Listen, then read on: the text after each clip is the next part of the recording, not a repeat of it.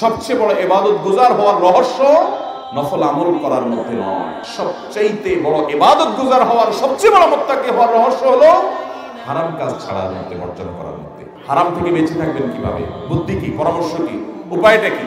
উপায় নাম্বার 1, কোনটা আল্লাহ তাআলা হারাম করেছেন, নিষেধ করেছেন সে সম্পর্কে জেনে আপনার মধ্যে সেগুলোর কোনটা কোনটা আছে পারলে একটু একটা ডায়েরিতে নোট করে ফেলেন এবং প্রায় দিন ওইটা উল্টে একবার করে একটু দেখেন। দেখলে আপনার ভিতরে বিবেচনা বোধ আসবে, জাগ্রত হবে, আপনার ভিতরে চেতনা জাগবে যে আমি হারাম, এতগুলো হারাম আমি বয়ে বেড়াচ্ছি, আমার মধ্যে আছে। আপনার মধ্যে ভালো হওয়ার তাগাদা ফিল হবে। ভাইরা আমার, একসময় মানুষকে ভালো হতে হয়। আমরা কবরমুখী জীবনে এগিয়ে যাচ্ছি, প্রতিদিন কবরের দিকে আমাদের একটা দিন চলে যাচ্ছে, একটা কদম আগায় যাচ্ছে। কখন মালাকুল মউত হাজির হবে আমরা জানি না। নিজেদেরকে সংশোধন করতে হবে কি হবে না ভাই? ইয়াউমা লা ইয়ানফাউ মালুন ওয়ালা বানুন ইল্লা মান আতাল্লাহ বিকলবিন সালিম। এই টাকা পয়সা, সহায় সম্পদ, পরিবার পরিজন যেগুলো সারাদিন মত্ত, এর কোনোটা কাজে আসবে না ভাই।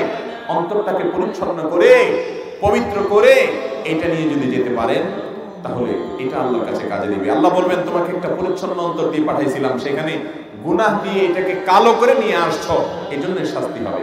এজন্য ভাইরা, হারাম থেকে বাঁচার জন্য, গুনাহ থেকে বাঁচার জন্য তালিকা করতে হবে।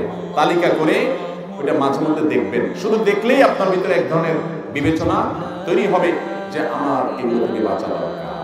নাম্বার 2, দ্বিতীয় করণীয় হলো হারাম থেকে বাঁচার জন্য হারাম কাজগুলোর যে ক্ষতিকর দিক দুনিয়াতে এবং আখিরাতে।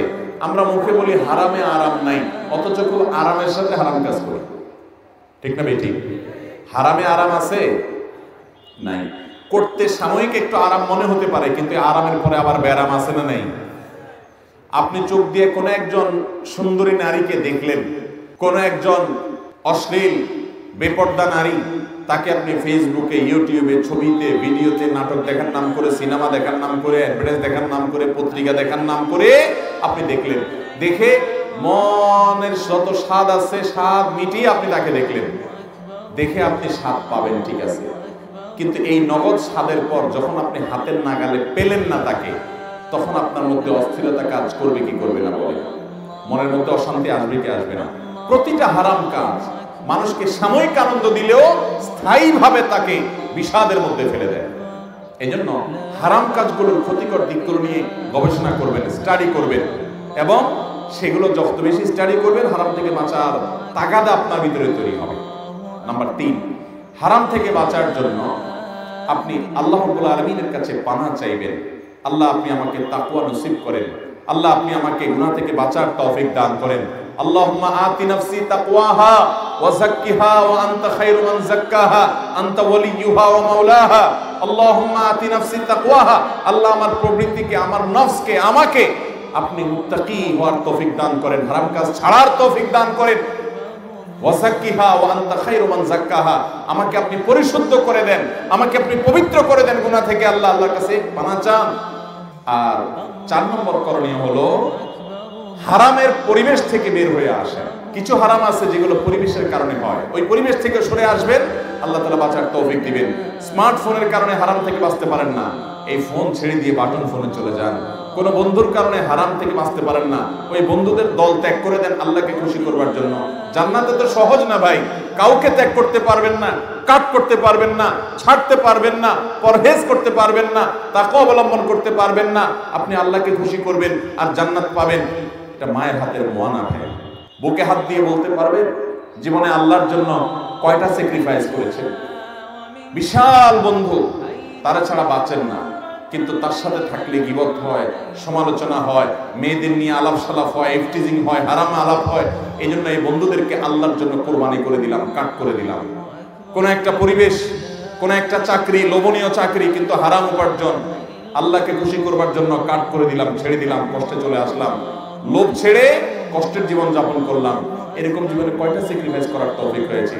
ফজরের সময় উঠতে কষ্ট হয়, আরামের ঘুম রেখে উঠতে মনে চায় না, আল্লাহকে খুশি করবার জন্য আরাম ত্যাগ করে দিলাম, কষ্ট সহ্য করে নিলাম, ত্যাগ করলাম। এই ত্যাগগুলোর বিনিময়ে কিন্তু জান্নাত পাওয়া যায়। নবী সাল্লাল্লাহু আলাইহি ওয়াসাল্লাম বলেছেন, হুফফাতিল জান্নাতু বিল মাকারিহ, জান্নাতের চতুর্পাশকে কষ্টদায়ক কাজ দিয়ে ঘিরে রাখা হয়েছে। একটা একটা কাজ যেটা করতে কষ্ট হয়, হারাম টাকার লোক চাইলে রাতারাতি আঙ্গুল ফুলে কলা গাছ হয়ে যেতে পারেন, কিছুদিনের মধ্যে বড় লোক হয়ে যেতে পারেন, শুধু 2 নম্বর পথে গেলেই হয়। কিন্তু এটা ছেড়ে আপনি যদি হালাল পথে চলেন তাহলে গরিব হয়ে থাকতে হবে, কষ্ট করে থাকতে হবে, কেউ পাত্তা দিবে না, বুঝবে না। এই জীবন যাপন করাটা, হারামের লোভ ছাড়াটা এটা কষ্টের কাজ না? প্রতিটা হারাম এটা বর্জন করতে কষ্ট হয়। এই জন্য আল্লাহর জন্য ত্যাগ করার অভ্যাস গড়ে তুলবো তো ইনশাআল্লাহ। হারাম কাজ বর্জনের মানসিকতা তৈরি করবো তো ইনশাআল্লাহ। আরশ আজিমের মালিক জাহান্নাম থেকে বাঁচার জন্য তাকওয়া অবলম্বন করা, হারাম কাজ বর্জন করার মতো ঈমানী শক্তি আমাদের সকলকে দান করুন। তাহলে ভাইরা আমার, সবচেয়ে বড় মুত্তাকি হওয়া, সবচেয়ে বড় ইবাদত গুজার হওয়ার রহস্য নফল আমল করার মধ্যে নয়, জিকির আজকার নফল করার মধ্যে নয়, নফল দান সদকা করার মধ্যে নয়। সবচেয়ে বড় ইবাদত গুজার হওয়ার, সবচেয়ে বড় মুত্তাকি হওয়ার রহস্য হলো হারাম কাজ ছাড়ার মধ্যে, বর্জন করার মধ্যে। চেষ্টা করবো তো ইনশাআল্লাহ। আল্লাহ রাব্বুল আলামিন আমাদের সবাইকে সব ধরনের হারাম কাজ বর্জন করার তৌফিক দান করুন। জাযাকুমুল্লাহু খাইরান ওয়া আখিরু দাওয়ানা আলহামদুলিল্লাহি রাব্বিল আলামিন।